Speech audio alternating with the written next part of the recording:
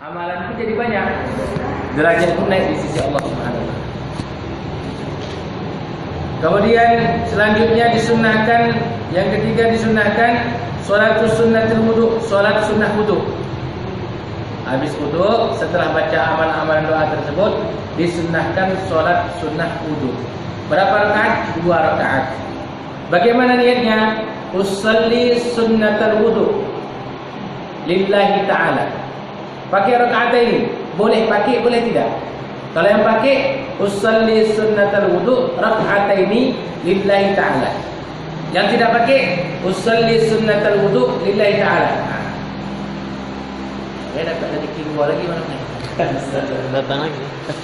Alhamdulillah. Ya. Jadi nanti rezekinya nambah. Ya sama. Salat sunat wudu sama salat tahiyatul masjid wudu boleh. Tapi niatnya nanti salat itu enak. Usalli sunnatul wudu lillahi ta'ala. Bacaannya apa? Boleh baca surat apa saja. Tapi disunahkan rakaat pertama surah Al-Kafirun. Jadi rakaat pertama surat Al-Kafirun. Kemudian rakaat kedua baca surat Al-Ikhlas. Wallahu ahad. Jadi sunnahnya gitu. Sekarang sudah cerita tentang orang yang pertama itu amalan siapa? Amalannya Sayyidina Bilal, sahabat Nabi, yang orang masih di dunia tapi suara sendalnya sudah masuk surga. Ini bertanda derajatnya di sisi Allah begitu tinggi. Apa amalan yang dia buat? Amalan yang dia buat adalah setelah berwudu beliau di sholat sunnah wudu. Kalau orang sekarang bukan sibuk dengan wudu, tapi sibuk dengan nasi wudu. Nasi juga ada dengan nasi wudu. Jadi wudu ini penting. Sholat sunnah wudu. Nah, jadi tambah lagi amalan sekarang. Yang biasanya habis wudu biasa-biasa saja, sekarang habis wudu ingat ada sholat sunnah wudu. Sholatnya berapa rakaat? 2 rakaat saja, tidak panjang. Ya, paling banyak 5 menit habis waktu. Rakaat pertama habis Al-Fatihah baca Al-Kafirun, rakaat kedua baca Qul Huwallahu ahad. Saya Al-Kafirun enggak hafal Pak Ustaz. Boleh Qul Huwallahu ahad dua-dua boleh. Rakaat pertama Qul Huwallahu ahad, rakaat kedua Qul Huwallahu ahad. Apa yang hafal?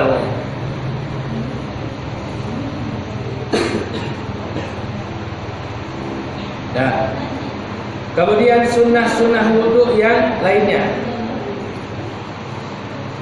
Sunnah-sunnah wudu yang lainnya.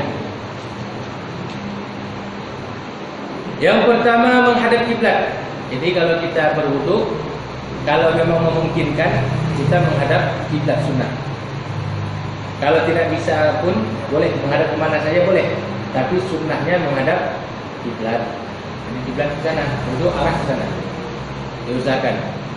Yang kedua, kalau ada tempat duduk lebih baik duduk. Kan biasa di masjid-masjid itu ada keran, ada tempat duduk. Ya. Kalau ada tempat duduknya disediakan duduk bagusnya. Karena nanti lebih khusyuk, duduknya lebih santai. Gosok-gosok kaki pun enak sambil duduk. Kalau sambil berdiri, nggak seimbang badan jatuh. Yang ketiga, tarku naqtil ma', meninggalkan berlebihan menggunakan air. Jadi pakai air pun jangan terlalu banyak. Jangan terlalu banyak kali pun boros. Juga jangan terlalu sedikit kali jangan. Jadi sedang-sedang pakai air wudu. Sedang-sedang. Allah yatakallama, tidak boleh ngomong-ngomong. Ya, jadi dalam wudu itu makruh kita ini berbicara. Ya nanti lagi wudu tu, mana tu? Jangan. Jadi sedang wudu kita tetap tawajuk berwudu. Sunnahnya diam, tidak berbicara. Kalau ada teman, kawan, maka kita nanti setelah berwudu baru berbicara. Yang keenam, wad'u ma yaghtarifu minhu an yaminihi wa ma yasudduhu an yasarihi. Kalau pakai cibuk, cibuknya sebelah kiri, yang nampung sebelah kanan, sunnahnya gitu. Gini. Kalau memang kita pegang cibuk satunya. Bukan terbalik, kanan pegang cibuk, kiri untuk usap. Boleh juga sah tapi tidak sunnah. Yang sunnah tangan kiri pegang cibuk, tangan kanan pegang air.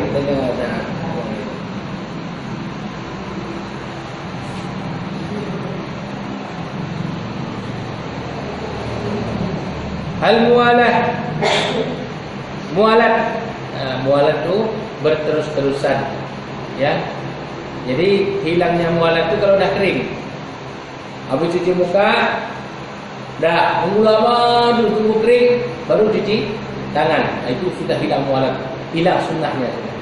Yang sunnah itu langsung habis muka, ya sudah selesai muka langsung tangan, namanya mualat.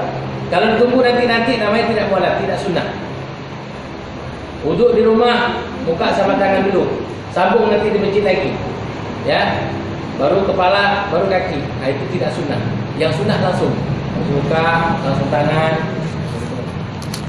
tidak diselang lama. Jadi antara anggota wuduk dengan anggota wuduk lainnya tidak berselang lama. Itu namanya mualat. Mualat.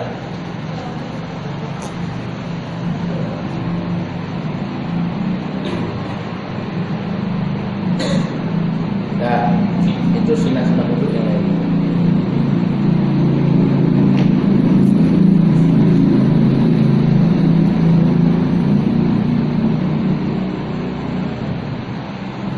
Disunahkan wuduk ketika yang pertama mau tidur. Udah belum? Ya, jadi udah. Sebelum tidur baca dan baca Quran, majelis ilmu, kemudian ziarah kubur, ya. Kemudian disunahkan selalu berwudu.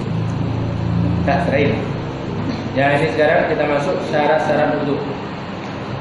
Syarat-syarat wudu ada 15.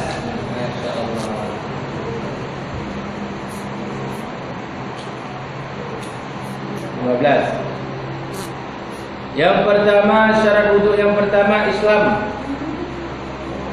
Orang kafir kalau belum masuk Islam dia wudu, tidak sah wuduknya. Jadi masuk Islam dulu baru wudu.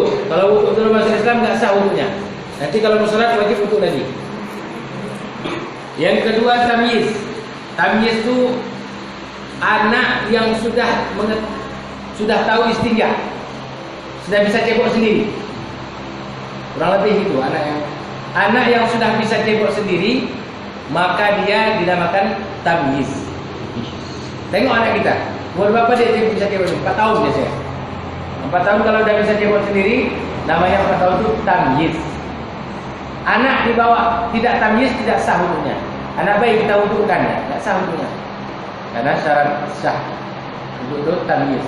Tamyiz itu intinya anak yang sudah bisa istinja sendiri.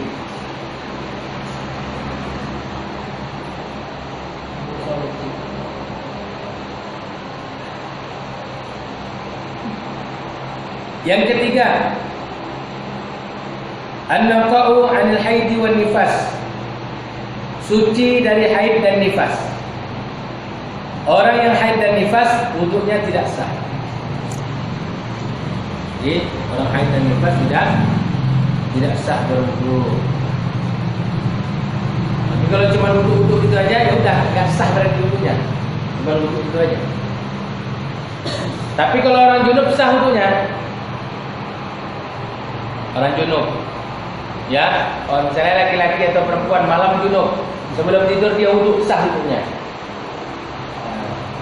Tapi kalau haid dan nifas tidak sah wuduk. Dia hanya sekedar basuh-basuh muka gitu aja. Yang keempat, an-naqa'u amma yamna'u usulil ma'. Bersih dari perkara-perkara yang menghalangi air sampai ke kulit. Kalau ada perkara, ada getah, belum kita bersihkan wuduk, kita getah masih ada, tidak sah wuduknya. Kenapa? Getah itu menghalangi air wuduk masuk ke kulit. Apa lagi? Ada oli, hitam-hitam tangan dengan oli, cuci dulu pakai sabun, ya, itu akan menghalangi air sampai ke kulit. Ada make up di muka, bersihkan dulu make upnya baru berwudu. Karena itu make up itu menghalangi air sampai ke wudu. Karena make up orang dulu sama sekarang beda. Kalau orang dulu pakai bedak itu aja biasa. Kalau sekarang ada dempul namanya. Muka tuh dempul dulu, baru disolek-solek lagi. Jadi make up sekarang tuh menghalangi air sampai ke kulit, sehingga orang yang bermake up bersihkan dulu make upnya baru berwudu. Jadi jangan sampai gara-gara pengantin nggak mau hilang make upnya, sholatnya ditinggalkan. Lebih baik tidak bermake up daripada tidak sholat.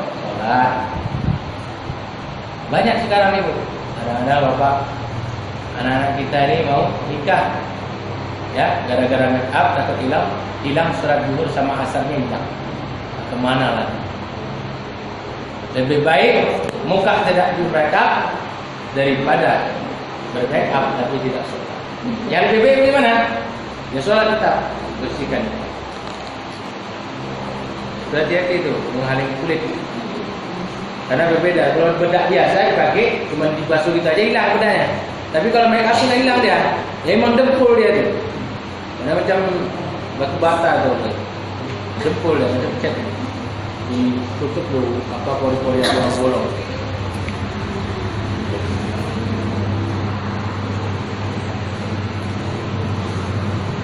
Kemudian yang kelima, alla yakuna 'ala al-'abdi ma yughayyiru al-ma'. Tidak ada pada kulit perkara yang bisa merubah air. Mukanya masih bersabun, pakai biore, udah bersabun udah mukanya, baru cuci mukanya sambil berwudu.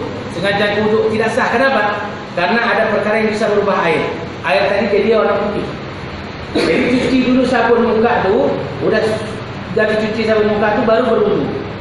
Jangan lagi bersabun-sabun itu niat berwudu. Kenapa? Ada perkara yang menghalangi air. Jadi syarat yang 5, ya, tidak ada perkara yang bisa merubah warna air. Kalau air tersebut berubah warna sebab ada zat-zat di muka kita ini, ada sabunnya, masih ada apalagi cat sehingga bisa berubah warna, tinta yang masih tebal sehingga air tadi bisa warna hijau dari, bersihkan dulu perkara-perkara itu baru wudu. Jadi syarat yang kelima itu. Yang keenam, al-ilmu bi fardiyatihi. Ilmu tentang fardunya wudu. Fardunya wudu kemarin ada berapa? Ada 6. Yang pertama, niat. Yang kedua, basuh muka. Yang ketiga, basuh tangan. Yang keempat, mengusap kepala. Yang kelima, membasuh kaki. Yang keenam, tertib. Itu harus tahu tuh. Wajib tahu kita. Yang ketujuh, alla ya'taqida fardan min furudis sunnah. Tidak meyakini fardunya wudu itu sunnah. Jadi yang wajib tetap wajib, yang sunnah jadi sunnah. Basuh muka itu wajib. Jangan dibilang basuh muka itu sunnah. Orang yang mengatakan basuh muka itu sunnah, berarti wudunya tidak sah karena dia menganggap basuh muka syaratnya wajib, dia katakan sunnah. Nah, jadi nggak boleh. Syarat yang ketujuh. Syarat yang ke-8, al-ma'ut tahurun, at-tahur, airnya suci. Nah, kemarin sudah kita bahas air suci mensucikan. Kalau air mustakmal dipakai wudu tidak sah. Air najis pakai wudu tidak sah. Air tebu pakai wudu tidak sah. Jadi wajib airnya suci mensucikan. Yang ke-9, izalatun najasatil ainiyah, menghilangkan najis terlebih dahulu. Kalau ada najis-najis pada badan kita, belum cebok lagi, cebok dulu baru wudu. Jangan wudu dulu baru cebok. Batal wudunya nanti. Jadi hilangkan dulu najis-najis pada badan kita. Yang ke-10, mengalirkan air dalam setiap anggota wudu. Airnya mengalir. Kalau cuma anduk dibasahin, dilap muka, walaupun muka itu basah, tidak sah wudunya karena tidak mengalirkan air. Jadi air itu diambil pakai tangan, ada airnya, dicuci mukanya gitu. Kalau cuma anduk dibasahin terus dilap, walaupun basah mukanya rata, tidak sah wudunya. Kenapa? Tidak mengalirkan air. Makanya hati-hati. Dan kadang kita ini sembarangan, wudu ada yang pakai anduk, ada itu ada. Kadang ada orang karena tidak tahu. Jadi dibasahin anduk sama dia, lap aja muka tuh, tangan juga dilap pakai itu, dah. Akhirnya apa? Wudunya tidak sah. Wudu itu wajib mengalirkan air, bukan dilap pakai kain basah. Kalau dilap pakai kain basah tidak sah.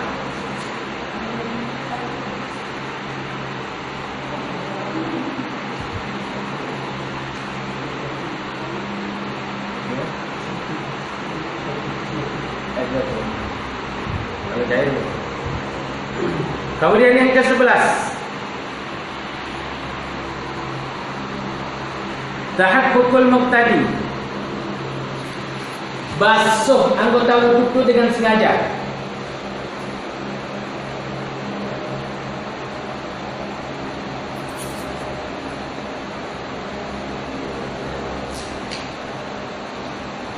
Kalau basuh anggota wudu tidak sengaja, contoh apa? Kita ini sedang wudu di bak tu, taruh jam tangan samping bak. Habis basuh muka, jatuh jam tangan ke dalam bak, ambil jam tangan ke tangan, ngambil jam tadi. Tangan kita kan basah nih. Walaupun tangan basah belum dikira wudu, taman niatnya mengambil jam tangan, bukan niat wudu tadi. Jadi dia wajib membasuh tangannya lagi. Walaupun tangannya ini sudah dicelup dalam air, tapi niatnya bukan wudu, tapi mengambil jam. Jadi gitu. Ya, wajib menyengaja setiap anggota wudu. Memang saya mencuci tangan ini memang mau wudu, bukan mau ngambil jam. Kalau ngambil jam tadi, angkat walaupun tangannya sudah basah, belum dikira wudu. Nanti ambil lagi air, basuh tangannya. Yang ke-12,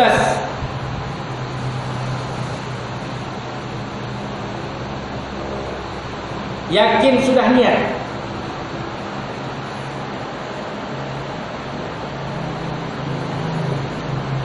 Yakin sudah niat. Tengah-tengah wudu, kepala tadi sudah niat wudu belum ya? Berarti belum sah lagi wudunya. Wajib ulang dari awal. Karena ragu dalam niat. Yakin, harus yakin kita memang niat tu waktu wudu tu sengaja berwudu karena Allah Taala ada. Kita jaga berarti dah niat tu. Tapi kalau kita lupa waktu basuh kepala, dah niat belum tadi? Berarti belum. Wajib ulang lagi.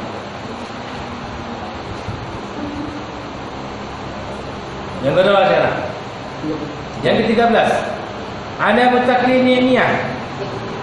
Tidak boleh ta'alluq dengan niat, bergantung dengan niat.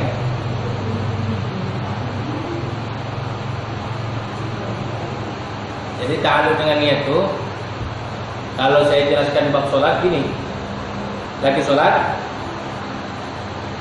ya lagi solat, ini kalau hujan ini batalkan solat ini. Gua ambil jemuran. Waktu sholat gua ada jemuran dia di belakang. Tapi niatnya gini, lagi sholat nih. Ini turun hujan ini batal semuanya. Batal. Belum turun hujan langsung batal, nggak boleh. Niat membatalkan sholat, jadi hukumnya batal. Nah gitu nggak boleh. Jadi sholat aja terus. Nah, sholat aja terus. Jangan ada niat membatalkan sholat. Makanya sebelum sholat itu disiapkan sesuatu. Ya, kalau memang nasinya tadi belum dimatikan kompornya dimatikan dulu. Jangan lagi sholat hangus nih, 4 hangus batalkan sholat, batal sholatnya. Jadi itu tidak boleh ada perjalanan dia.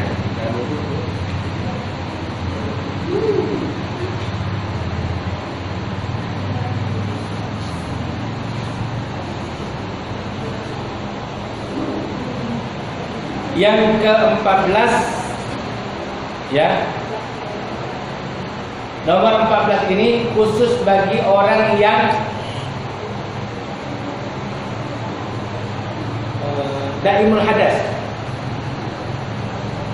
Yang ke-14 khusus untuk 14-15 khusus untuk daimul hadas. Bagaimana daimul hadas? Ada nama penyakit namanya penyakit beser. Jadi untuk kedokteran itu ada nama penyakit beser. Kantung kemihnya itu sudah, kelepnya sudah kendor, sehingga netes terus ya, tes, nggak mau berhenti dia. Itu namanya daimul hadas. orang yang seperti ini wudunya setelah masuk waktu sholat. Mau sholat zuhur, azan zuhur dulu baru wudu. Kalau dia sebelum zuhur, sebelum azan dah wudu, mau sholat zuhur, orang yang macam itu tadi tidak sah wudunya.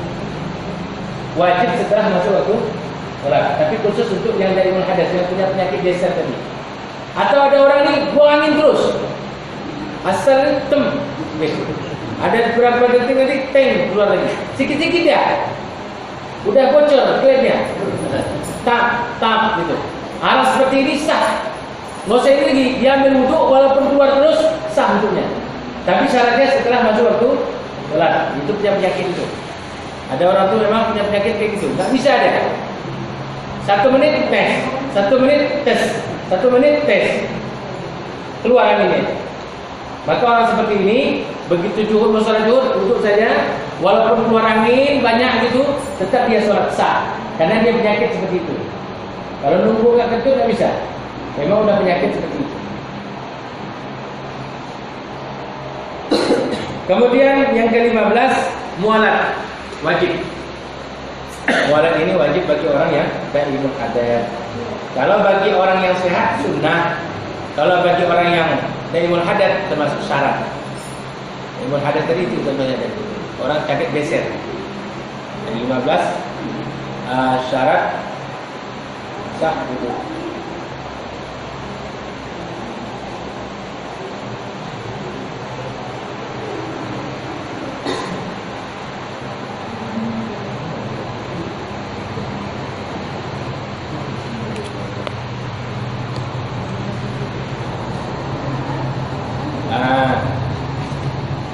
Syarat sah wudu ada 15.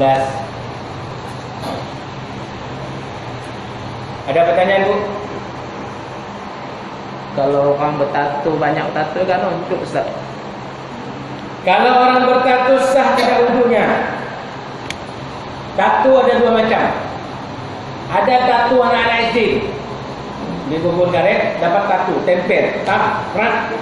Itu menghalangi wudu. Kalau nggak dihilangin tato macam itu tuh nggak sah wudunya. Beli stiker, timpang dan kereta itu taruh di badan, gambar ayam, rap, ada getahnya, tidak sah wudu. Nah, kalau yang model tato permanen, macam mana cara buat tato permanen tuh? Buatnya itu pakai kikir, dikerok. Jadi kita ini kan punya kulit kita yang luar ini dikerok, sampai tinggal kulit dalam dengan isinya itu. Setelah dikerok taruh tinta. Nah, misalnya mau gambar bunga, dan Allah melaknat orang yang bikin tato dan yang membuat tato. Jadi orang buat tato, tukang buat tato sama yang dibuat, hukumnya dilaknat oleh Allah. Dilaknat, gak dapat rahmat Allah dia di dunia. Laknat Allah bagi orang yang bikin tato dan yang ditato. Tapi kalau udah terlanjur tobat kepada Allah, diterima tobatnya. Ada tato tuh gitu, dikerok dulu kulit luarnya, ditaruh tinta, atau gambar bunga apa gitu, nggak boleh mandi selama seminggu, nggak boleh kena air, sehingga kulit-kulit yang udah dikerok tadi tumbuh lagi. Jadi posisi tintanya di dalam, kulitnya di luar, wudunya sah berarti. Karena tintanya di dalam, wudunya di luar. Apa kulitnya udah itu. Jadi dia di dalam posisi tintanya, yang model tato-tato permanen. Maka yang seperti itu secara hukum wudunya sah. Cuman saya katakan tadi dalam hadis, Allah melaknat orang yang buat tato dan yang dibuat tato. Yang tukang buatnya dilaknat, yang buat tato pun dilaknat. Kalau telah terlanjur buat, wajib nggak dihilangkan? Kalau cara menghilangkannya dengan menyakiti badan, tidak wajib dihilangkan. Biarin aja tato. Ada kawan saya tuh gambar apa? Dia kata siram air cuka atau apa itu? Cuka yang untuk meleburkan semen gitu. Kawan ya, kaki, pedapi. Siramkan itu meleleh semua. Itu nggak boleh, haram hukumnya. menyakiti tubuh, tidak boleh. Tapi kalau ada cara menghilangkannya dengan cara yang tidak menyakiti tubuh, wajib dihilangkan. Seperti kemarin saya lihat ada di internet, di medsos, ada alat sekarang ini orang-orang PKS itu buat alat untuk menghilangkan tato tanpa rasa sakit. Jadi mereka pakai laser di sinari gitu, ada laser buat level berapa lasernya itu, hanya sekedar menghilangkan tatonya itu, tidak menyakiti tubuh. Nah, bisa itu kalau gitu. Boleh, wajib dihilangkan tatonya kalau. Tapi kalau sampai tatonya itu disakiti macam tadi disiram soda api itu, jangan. Leleh itu.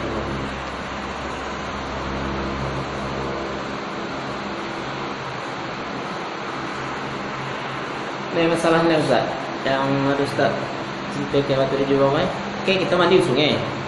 Nyelam. Nyelam. Niat uduk kan, Mai? Kalau misalnya di sungai. Sengaja kuduk dia jalan. Cak payah 3 kali. Langsung nyelam aja. Nyelam sengaja kuduk, bangun dari nyelam itu tak kuduk ya. Sah ya? Khusus nyelam. Ya, kalau untuk nyelam dalam air kemarin sudah dibahas ya. Waktu bab tertib, nyelam dalam air itu begitu nyelam, niat berwuduk, bangun dari nyelam itu tak wuduk. Nggak usah dikusuk-kusuk lagi mukanya. Langsung nyelam, niat wuduk langsung.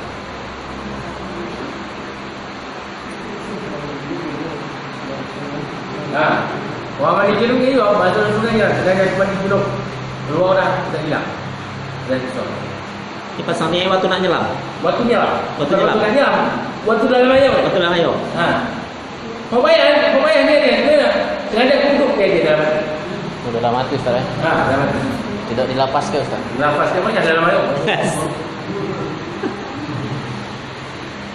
Dalam air dia dalam air.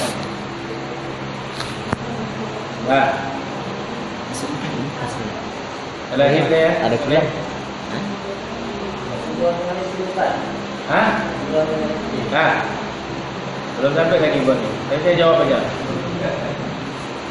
Kedua kali. Belum sampai bawah. Sikit lagi nawal wuduk, perkara membatalkan wuduk. Dah. Perkara membatalkan wuduk nanti kita bahas. Tapi dari pertanyaan bersentuh dengan istri batal apa enggak? Batal. Batal tapi. Itu aja dah. Pembahasannya nanti. Pembahasannya cepat kan? Dah, kita bahas itu. Di dalam Al-Quran, surah Al-Maidah ayat 6 disebutkan aula mastumun nisa, bersentuh dengan wanita.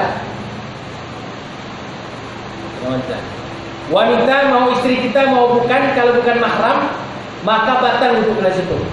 Yang tidak batal itu yang dikucilkan dalam surah An-Nisa.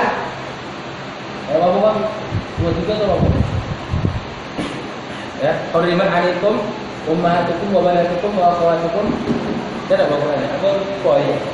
Itu dikucilkan dalam surah An-Nisa. Ada 12 orang yang tidak batal. Mama kita, adik kita, kakak kita, paman pakcik kita, itu tak batal. Mak kita tak batal, anduk, cucu-cucu ke bawah yang perempuan tak batal, anak kita.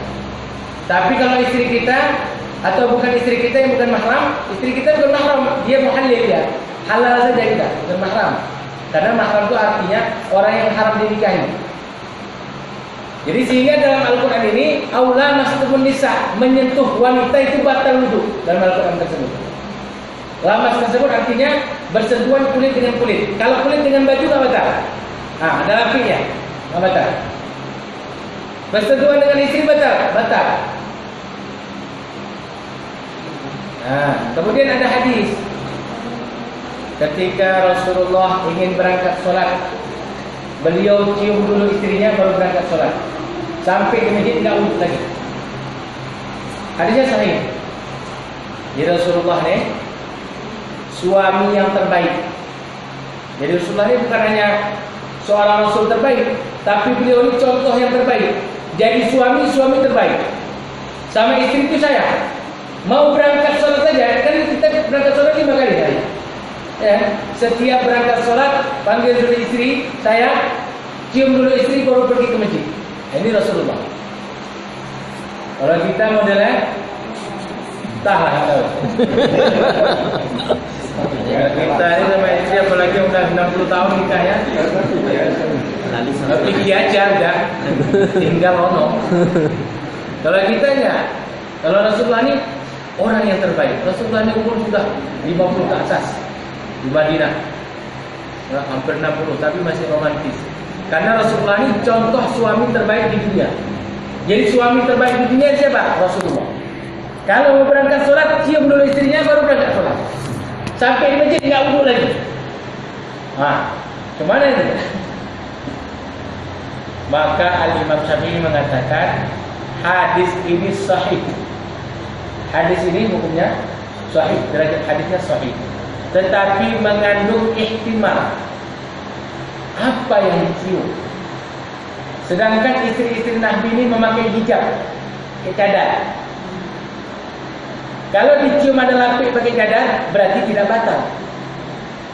Kalau yang dicium itu ubun-ubunnya, tidak batal. Nah, itu yang gitu. Jadi hadis itu tidak menjelaskan mana yang dicium, ubun-ubunnya, apa pipinya, apa pakai cadar apa enggak. Sedangkan istri Nabi kalau keluar rumah semua pakai cadar. Itu di hadis Bukhari ada hadis-hadisnya. Seperti Aisyah tinggal di padang pasir, lagi terbuka cadar lagi tidur. Datang sahabat Sofwan, tengok, ya, ini Ummul Mukminin ini, ibu orang iman ini, istri Nabi. Begitu bangun langsung tutup mukanya. Nah, jadi Aisyah ini selalu memakai cadar kalau keluar rumah. Istri Nabi semuanya gitu. Maka dari hadis ini mengandung ihtimal dari kata Imam Syafi'i, kalau hadis itu mengandung ihtimal wajib kembali kepada Quran. Quran tetap mengatakan aula mastumun nisa. Menyentuh wanita itu hukumnya batal. Jadi nyentuh itu batal. Semuanya gitu. Ketika Rasulullah salat tahajud, coba lihat rumah Rasulullah. Saking sempitnya rumah Rasulullah, kecil rumah Rasulullah. Aisyah tuh tidur tuh kakinya di depan Rasulullah lagi sholat tahajud. Kamar Rasulullah. Sehingga kaki Aisyah tuh menjutai ke depan, ketika mau sujud disingkirkan kaki itu. Disingkirkan baru sujud. Waktu nyingkirkan kaki itu, kakinya ada selimut apa enggak? Kan enggak dibilang itu dalam hadisnya. Menyingkirkan kaki, sedangkan lumrahnya orang tidur kan pakai selimut. Apalagi musim dingin di Arab sana. Sehingga menyingkirkan kaki Rasulullah itu dalam keadaan pakai alas apa enggak? Mengandung ihtimal juga. Hadis ini sahih tapi mengandung ihtimal, wajib lagi kembali kepada Al-Quran. Walaupun hadis menjelaskan Al-Quran, tapi kalau mengandung ihtimal dalam usul fikihnya, wajib kembali Al-Quran kepada aula mastumun nisa.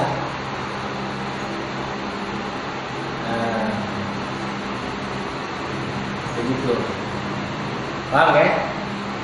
Jadi perbedaan di situ. Kenapa mazhab Maliki itu tidak batal? Mazhab Maliki itu tidak batal kalau tidak syahwat. Kalau syahwat batal. Itu mereka punya dalil sendiri. Kenapa mazhab Hanafi itu batal? Tidak batal. Nyentruh bini orang, bini kita sama aja, nggak batal semua. Karena kata Imam Abu Hanifah, maksud aula mastumun nisa adalah bersetubuh, katanya. Orang itu bersetubuh dulu baru batal. Imam Syafi'i kalau sudah bersetubuh bukan batal wudu lagi, wajib mandi. Bukan hadas kecil lagi, tapi hadas besar. Nah, itu jawaban Imam Syafi'i. Maka Imam Syafi'i ini meneliti, ada sebab hadas besar, ada sebab hadas kecil. Menyentuh istri hukumnya berhadas kecil. Jadi nyentuh istri batal. Ayatnya surah Al-Maidah ayat 6. Bunyinya apa? Aula mastumun nisa. Menyentuh wanita. Nah, kecuali yang dikeluarkan dalam surah Al-Maidah ayat 23 akhir surat 74. Akhir surat ayat 74. Jadi yang gitu. Pembahasannya seperti itu. Jadi kita ini kan mazhab itu ada 4, ya. Ada mazhab Syafi'i, ada mazhab Maliki, ada mazhab Hambali, ada mazhab Hanafi. Kita di Indonesia dan pelajaran yang kita pelajari malam ini adalah bermazhab Imam Syafi'i. Imam Syafi'i mengatakan menyentuh wanita walaupun istri kita hukumnya batal wuduknya. Kalau sudah bersentuh, wuduk lagi baru sholat. Kecuali sentuhnya ada lapik yang batal.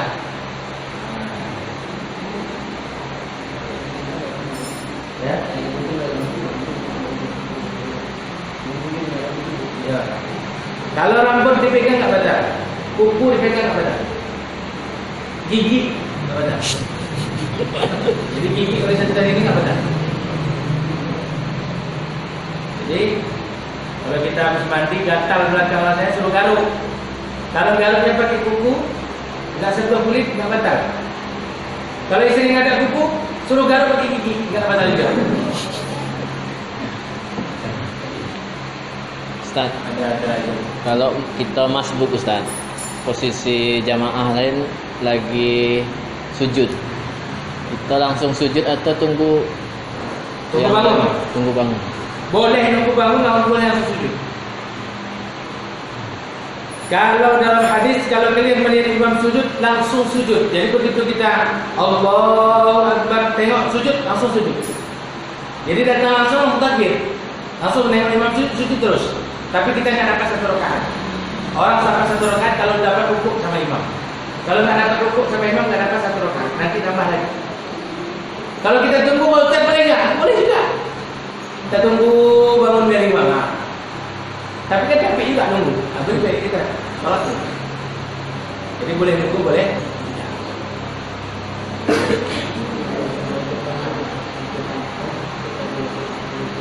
Ya. Tapi datang imam dulu baru.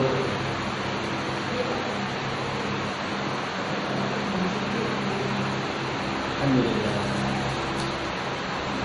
Ada pertanyaan lagi? Habis dah, masuk bisa. Ustaz, ini ada pertanyaan dari kawan. Ya. Ya oke. Kawan netai kuat ya. Jadi kayak kerja kayak di kantor. Ya. Masalah ada pernah bahas juga yang masalah salamannya. Nah. Jadi supaya menghindari supaya selahnya bukan muhrim yang salamannya kan loh siapa menghindar gini. Pakai kayak kita itu. Sekarang ini bukan zaman baru lagi. Zaman internet ada banyak pengajian kita bilang. Satu sama ada banyak bilang. Kalau satu sama kalau orang ini, tangannya paham juga ada. Orang kalau lagi di dalam kita, dia paham juga. Nggak mau salah orang. Sekarang pengajian itu sudah banyak. Kalau dulu kita bilang usul lah orang nggak tahu pengajian. Salah terus lagi perempuan. Padahal musafahat laki-laki dengan perempuan dalam hadis lebih baik dia tangannya dipegang api neraka nanti. Kalau dia memegang bukan mahramnya, bersalaman dengan bukan mahram, maka nanti pada hari kiamat akan diberikan besi dari api neraka dipegang tangannya. Siksaannya. Jadi gitu. Sehingga Imam Syafi'i haram musafahat dengan wanita itu. Bersalaman dengan wanita itu haram hukumnya. Ya sama juga Ustaz, besar biopeta yang lebih tua andung-andung ya. Andung-andung itu besar. Karena Bang, Imam Syafi'i membatasi umur kecil. Umur kecil umur 7 tahun. Kalau anak umur di bawah 7 tahun boleh salaman, tidak batal. Anak TK salaman dengan kita, nggak batal, tidak haram hukumnya. Umur 7 tahun. Batas madhanatus syahwat, yaitu tempat terjadinya syahwat. Kalau anak di bawah umur 7 tahun itu secara lumrah manusia secara umum tidak menyebabkan syahwat. Tapi kalau 7 tahun ke atas menyebabkan syahwat. Kalau andung-andung, maka Imam Syafi'i punya unsur fikir nama as-saqitul laqit namanya. As-saqitul laqit itu apa? Benda yang jatuh itu, benda yang remeh itu, remeh pandangan kita. Ada jagung jatuh 2 biji di jalan, 5 lah kita bilang, tahap jatuh. Bagi kita kan remeh, untuk apa jagung 3 biji? Tak mungkin kita kutip dan buah ulang, tak mungkin. Tapi kalau ayam lewat, makanan ini, pam, dimakan sama dia. Begitu juga andung-andung, atu-atu. Andung-andung kita nggak selera. Tapi kalau atu-atu yang lihat, tapi. Ya, kayak gitu. Makanya oleh Imam Syafi'i walaupun andung-andung tetap dihukumi tidak boleh. Kenapa? Karena masih ada yang mau sama andung-andung yaitu atu-atu. Maka dibatasi.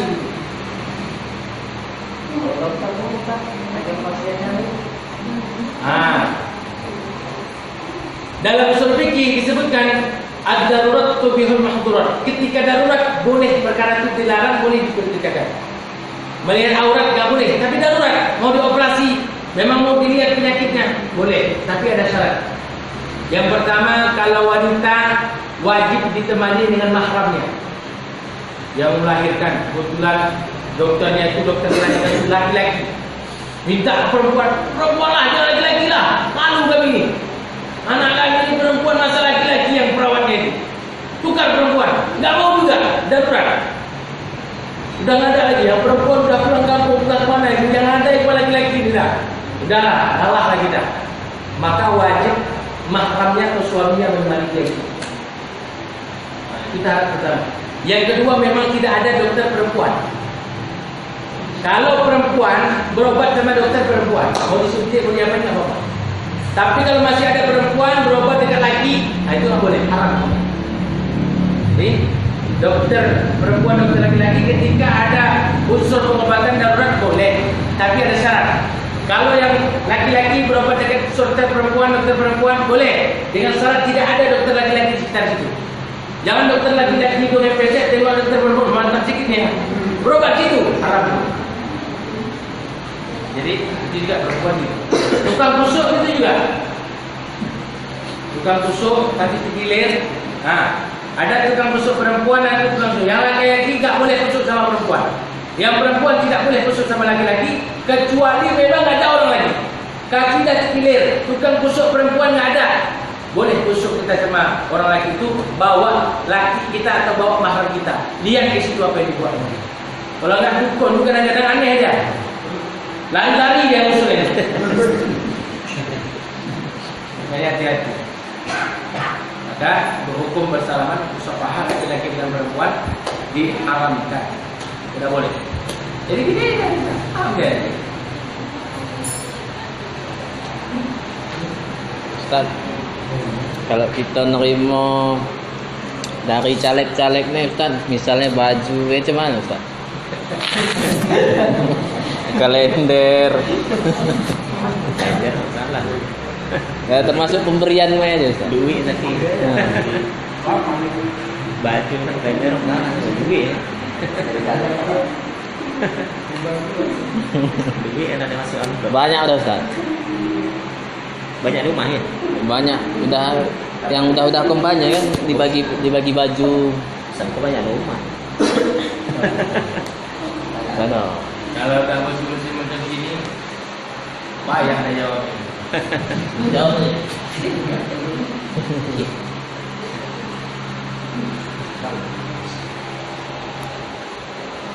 Ar-rashi wal murtasi benar. Orang yang disogok, yang menyogok masuk neraka. Kalau tujuan ngasih baju itu supaya nyogok orang, biar orang milih dia, haram. Kasih duit ke orang supaya orang milih dia, 100.000 seorang, haram. Dia punya masuk neraka, yang terima punya masuk. Apakah muka wanita termasuk aurat? Muka wanita ini terjadi perbedaan ulama. Saya di rumah punya kitab namanya Tafsir Ayatul Ahkam, karangan ulama namanya Syekh Ali As-Sabuni. Beliau membagi dua. Yang pertama mazhab Syafi'i dengan mazhab Hambali. Mazhab Syafi'i dengan mazhab Hambali ada dua pendapat. Pendapat yang kuat mengatakan muka wanita ini aurat. Beliau memaparkan beberapa hadis dan ayat Quran di situ. Tapi ada juga dalam mazhab Syafi'i mengatakan hukum pakai cadar itu tutup muka itu hukumnya sunnah. Jadi muka wanita ini tidak aurat. Muka wanita ini tidak aurat sehingga menutupnya hukumnya sunnah, tidak wajib. Tapi menurut kaul yang kuat mengatakan wajib. Ada dua pendapat dalam mazhab Syafi'i, dalam mazhab Hambali. Kalau dalam mazhab Maliki dan mazhab Hanafi, mereka mengatakan muka wanita ini bukan aurat tapi wajib ditutupi karena dia khauful fitnah, karena menyebabkan fitnah. Jadi bermacam-macam alasan. Intinya ada dua pendapat. Pendapat pertama mengatakan menutup muka hukumnya wajib pakai cadar. Pendapat kedua mengatakan menutup muka itu hukumnya sunnah. Boleh dua-dua dipakai. Oh, saya nggak tutup payah Ustaz, saya pakai cadar, ya. boleh ikut pendapat yang mengatakan sunnah. Tapi saya mau pakai cadar Ustaz, berarti dia dapat pahala wajib atau dapat pahala sunnah. Pakai cadar tuh, kalau keluarga saya alhamdulillah, kakak, istri, emak semuanya pakai cadar. Yang belum pakai cadar sekarang udah pakai cadar. Karena sudah banyak pengajian. Kalau dulu bilang apa? Dulu daya di Aceh, daya Banten Labu, daya sampai di sini nih, orang Cuk, orang Lausa, daya besar-besar semuanya dulu tidak pakai cadar saja, sekarang semuanya sudah pakai cadar. Karena menyadari dalam kitab-kitab kuning disebutkan ada dua pendapat itu. Sebagian mengatakan muka nih mengatakan aurat, sebagian lagi tidak. Aurat kapan? Ketika di luar sholat. Kalau di luar sholat muka dengan telapak tangan bukan aurat. Tapi kalau di luar sholat muka dan telapak tangan aurat. Dalam kitab Al-Bajuri disebutkan seperti itu. Tapi saya katakan lagi itu ada dua pendapat. Jadi tidak usah sebenarnya menyalahkan. Jadi kalau rasa-rasanya memang umumnya wanita dekat kita nih tidak pakai cadar, pakai jilbab biasa saja, jilbab panjang, minimal jilbab panjang bu. Jangan jilbab ini untuk muka cuma leher aja. Bajunya baju ketat sama aja. Karena perintah Al-Quran itu yudinina min jalabihin, uraikan jilbabmu. Jilbab itu diuraikan dari kepala sampai ke tangan minimal pakai jilbab yang besar. Sekarang ini ada jilbabnya cuma di kepala aja. Sekarang ini itu belum memenuhi standar. Standar kita pakai jilbab besar, walaupun tidak boleh pakai cadar, tapi jilbab yang besar menutupi dada ke bawah.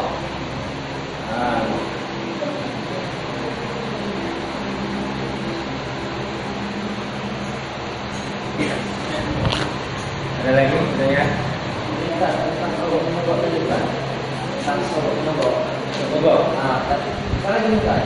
Kita udah bantu dia, kita nggak minta apa-apa nih Ustaz. Tiba-tiba kita kan dikasih Si kelasnya. Ongkos kerja. kita nggak tahu kita besar kita dikasih Ya. kita apakah termasuk logo atau gimana?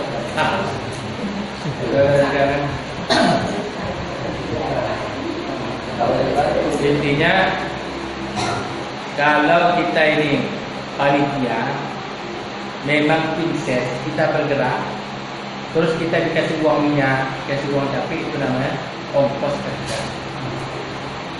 Tapi kalau kita di rakyat biasa, kita ini netral, tapi kita dipaksa atau diberi uang supaya milih dia, itu namanya sombong. Tidak. Kita ini kan orang netral biasa nih, bukan pekerja kita ini. Orang kampung biasa, bukan panitia. Terus kita dikasih duit. Ustaz, ada duit ini berapa? 100.000. Oh, boleh, haram. 1 juta.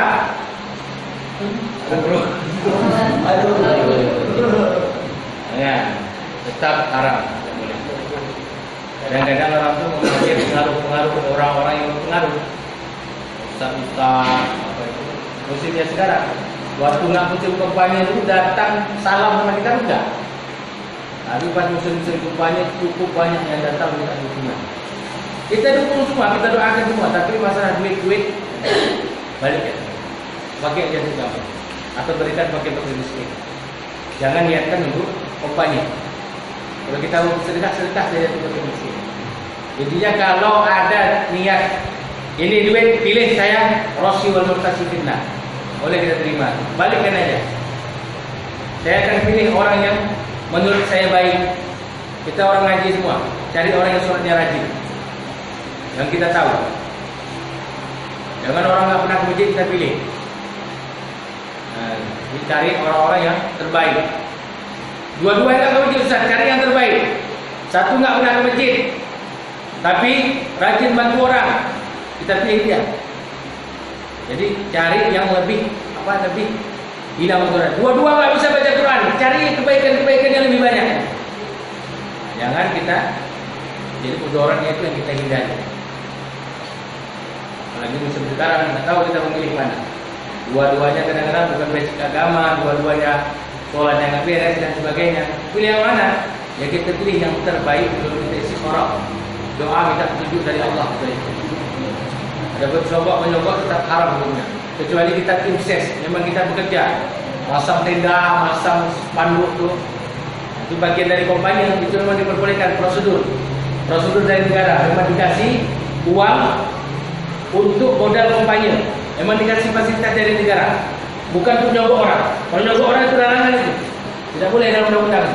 Tapi kalau cuma sekedar pasang spanduk, ya kan, ngasih kartu sama orang, terus dia digaji dari uang kompanya tersebut, boleh itu.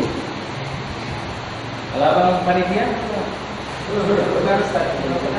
Ada Masalah kerja. ada PNS ini Ustaz. oh gitu. Nah, PNS ya. Ada terkait. Ini yang mengharapkan kita dapat uang dari itu. Tiba-tiba minta tolong aja kita kan, Pak. Minta tolong lah. Udah Pak Ustaz. Kalau dikasih lah uang itu tadi kan. Kalau kita nggak minta Ustaz. Ya. Masalah kerja, betul kompanya. Ustaz. Oh, ya. Jadi sebenarnya dalam undang-undang kepolisian itu ada itu tidak boleh mengambil spesial Jadi kan ada undang-undang itu tidak boleh mengambil spesial dari rakyat. Ada undang-undang itu tidak boleh. Kalau ada peraturan seperti itu tidak boleh. Tapi kalau dia sekedar ngasih itu hadiah dengan kita kebaikan kita di luar tugas itu tidak masalah. Dia waktu dia kasih ya kita tolak. Saya bertugas ini sudah ada iurannya semua. Ini simpan saja, berikan kepada fakir miskin. Oh enggak, ini hadiah aja untuk bapak menambahkan. Kalau hadiah, tapi kalau sekedar upah, katanya upah obat kos kerja tidak boleh. Karena kita sudah di ongkos, sudah ada uang dari negara, sudah ada gaji, sudah ada uang amprahan atau sebagainya dari negara. Terus ada orang ngasih upah lagi selain itu, kita tolak.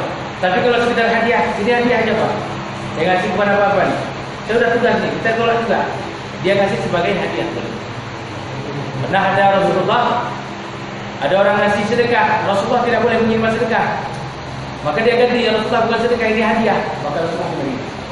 Jadi tergantung niat dia memberikan apa. Kalau kamu ngasih saya sekedar upah, saya kerja di sini sudah digaji dan sudah ada amprahan. Tapi kalau kamu ngasih sebagai hadiah pribadi, itu saya terima. Jadi boleh merubah akad dalam wallahu a'lam.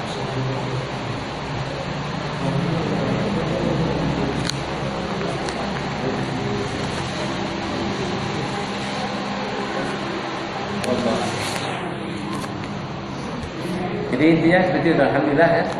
Dah lewat pun. Alhamdulillah mudah-mudahan pengajian kita ini itu betul Jamil. Oh sambung. Amalan itu jadi banyak. Derajat pun naik di sisi Allah Subhanahu wa taala. Kemudian selanjutnya disunahkan, yang ketiga disunahkan sholatus sunnatul wudu, sholat sunnah wudu. Habis wudu, setelah baca amalan-amalan doa tersebut, disunnahkan sholat sunnah wudu. Berapa rakaat? 2 rakaat. Bagaimana niatnya? Usalli sunnatul wudu lillahi ta'ala. Pakai rakaat ini, boleh pakai, boleh tidak? Kalau yang pakai usalli sunnatul wudu raka'ataini lillahi ta'ala. Yang tidak pakai usalli sunnatul wudu lillahi ta'ala. Saya dapat rezeki 2 lagi mana ni? Datang lagi. Alhamdulillah. Ya. Jadi nanti rezekinya nambah. Ya sama. Salat sunat wudu sama salat tahiyatul masjid wudu boleh. Tapi niatnya nanti salat itu enak. Usalli sunnatul wudu lillahi ta'ala. Bacaannya apa? Boleh baca surat apa saja. Tapi disunnahkan rakaat pertama surat Al-Kafirun. Jadi rakaat pertama surat Al-Kafirun. Kemudian rakaat kedua baca surat Al-Ikhlas. Wallahu ahad. Jadi sunnahnya gitu. Kemarin sudah cerita tentang orang yang pertama itu amalan siapa? Amalannya Sayyidina Bilal, sahabat Nabi, yang orang masih di dunia tapi suara sendalnya sudah masuk surga. Ini bertanda derajatnya di sisi Allah begitu tinggi. Apa amalan yang dia buat? Amalan yang dia buat adalah setelah berwudu beliau di sholat sunnah wudu. Kalau orang sekarang bukan sibuk dengan wudu, tapi sibuk dengan nasi wudu. Nasi juga ada dengan nasi wudu.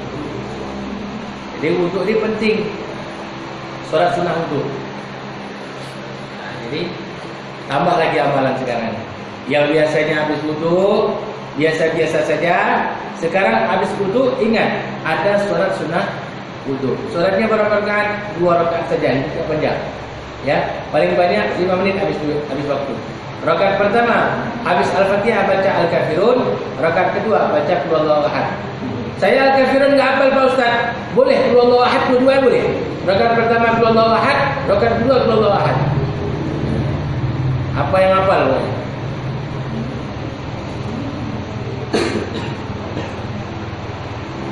Nah, kemudian sunnah-sunnah wudu yang lainnya. Sunnah-sunnah wudu yang lainnya. Yang pertama menghadap kiblat. Jadi kalau kita berwudu, kalau memang memungkinkan kita menghadap kiblat sunnah. Kalau tidak bisa pun boleh menghadap kemana saja boleh. Tapi sunnahnya menghadap kiblat. Ini kiblat ke sana, wudu arah ke sana. Diusahakan. Yang kedua, kalau ada tempat duduk lebih baik duduk. Kan biasa di masjid-masjid itu ada keran, ada tempat duduk. Ya. Kalau ada tempat duduknya disediakan duduk bagusnya. Karena nanti lebih khusyuk, duduknya lebih santai. Gosok-gosok kaki pun enak sambil duduk. Kalau sambil berdiri, nggak seimbang badan jatuh. Yang ketiga, tarku naqdil ma', meninggalkan berlebihan menggunakan air. Jadi pakai air pun jangan terlalu banyak. Jangan terlalu banyak kali pun boros. Juga jangan terlalu sedikit kali jangan. Jadi sedang-sedang pakai air wudu. Sedang-sedang. Allah yatakallama, tidak boleh ngomong-ngomong.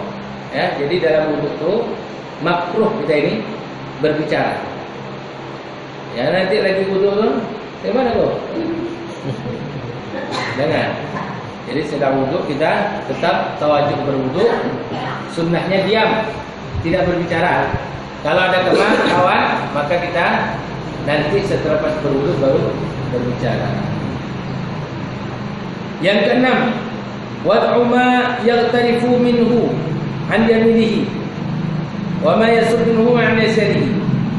Kalau pakai cibuknya sebelah kiri, yang nampung sebelah kanan, sunnahnya gitu. Gini. Kalau memang kita pegang cibuk satunya, bukan terbalik, kanan pegang cibuk, kiri untuk usap. Boleh juga sah, tapi tidak sunnah. Yang sunnah tangan kiri pegang cibuk, tangan kanan pegang air.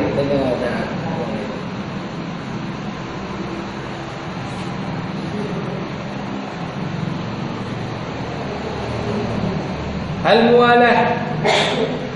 Mualat itu berterus-terusan. Ya. Jadi hilangnya mualat itu kalau dah kering. Habis cuci muka, dah tunggu lama dulu tunggu kering baru cuci tangan. Itu sudah hilang mualat. Hilang sunnahnya. Yang sunnah itu langsung habis muka, ya sudah selesai muka langsung tangan, namanya mualat. Kalau tunggu nanti namanya tidak mualat, tidak sunnah. Wuduk di rumah, muka sama tangan dulu. Sambung nanti di masjid lagi. Ya. Baru kepala, baru kaki. Itu tidak sunnah. Yang sunnah langsung muka, langsung tangan. Tidak diselang lama. Jadi antara anggota wuduk dengan anggota wuduk lainnya tidak berselang lama. Itu namanya mualat. Mualat.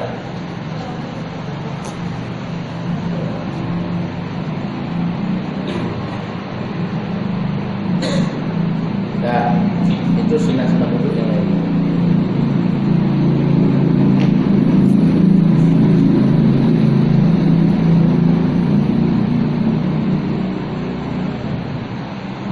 Disunahkan wudhu ketika yang pertama mau tidur.